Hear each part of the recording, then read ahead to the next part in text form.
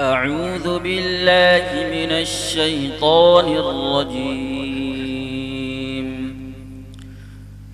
بسم الله الرحمن الرحيم. وعباد الرحمن الذين يمشون على الأرض هونا وإذا خاطبهم الجاهلون قالوا سلاما. والذين يبيتون لربهم سجدا وقياما والذين يقولون ربنا اصرف عنا عذاب جهنم إن عذابها كان غراما إنها ساءت مستقرا ومقاما. والذين إذا أنفقوا لم يسرفوا ولم يقتروا وكان بين ذلك قواما. والذين لا يدعون مع الله إلها آخر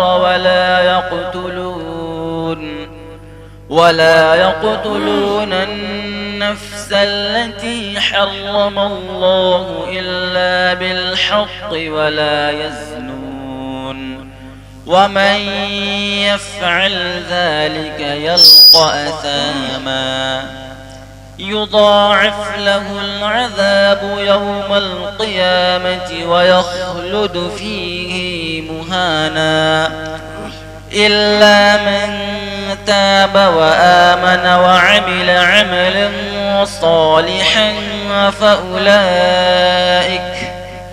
فأولئك يبدل الله سيئاتهم حسنات وكان الله غفورا رحيما.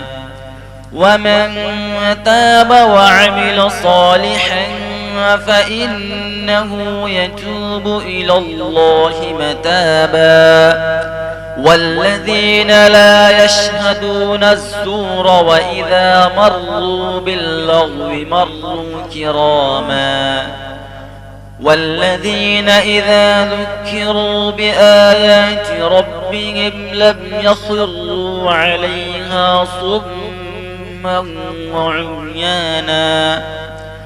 والذين يقولون ربنا هب لنا من أزواجنا وذرياتنا قرة أعين واجعلنا للمتقين إماما. أولئك يجزون الغرفة بما صبروا ويلقون فيها تحية وسلاما خالدين فيها حسنت مستقرا ومقاما.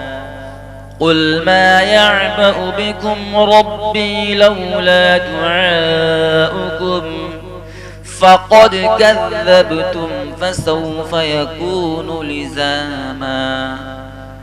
صدق الله العظيم.